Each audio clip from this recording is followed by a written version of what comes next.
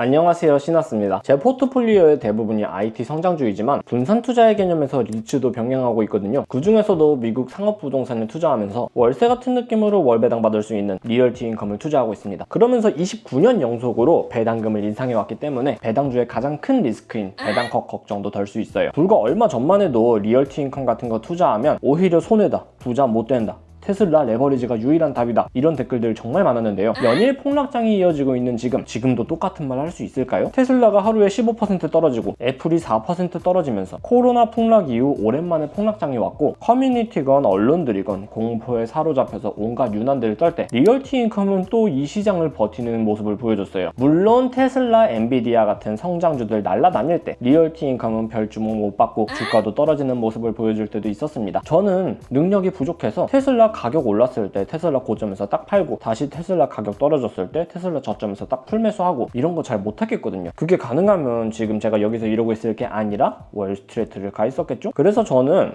테슬라, 리얼티 인컴 둘 다 보유하고 있고 둘 다 장기 투자하고 있고 월 적립식 매수로 분산 투자 해오고 있었습니다. 리얼티 인컴을 몰빵했다면 IT 성장주들 날아가는 거 바라보면 배 아프고 뽀 모아서 투자를 지속하지 못했을 것이고, 테슬라 같은 IT 성장주들 몰빵 투자했다면 지금처럼 변동성 높은 하락에 멘탈 버텨낼 수 없었을 거거든요. 제가 감당할 수 있는 그릇을 파악하고 그 그릇에 맞게 투자하는 것이 진짜 중요한 것 같습니다. 지금은 테슬라가 하락하고 있지만 또 다른 포트폴리오의 한 축인 리얼티 인컴이 버텨주고 있고 월마다 배당도 낭낭하게 챙겨주면서 더 지금을 버틸 수 있는 힘을 더해주고 있고, 또 시장 상승지가 찾아오면 지금처럼 가격 저렴해졌을 때 꾸준하게 모아간 성장주들이 또 날아가 줄 테니까 투자를 이어갈 수 있는 것 같습니다. 그리고 이번에 제 리얼티 인컴 투자에 있어서 나름 유의미한 기점이 된 것 같아서 이렇게 영상으로 남기는데요. 드디어 매월마다 받는 리얼티 인컴의 배당금이 새우 $100를 넘게 되었습니다.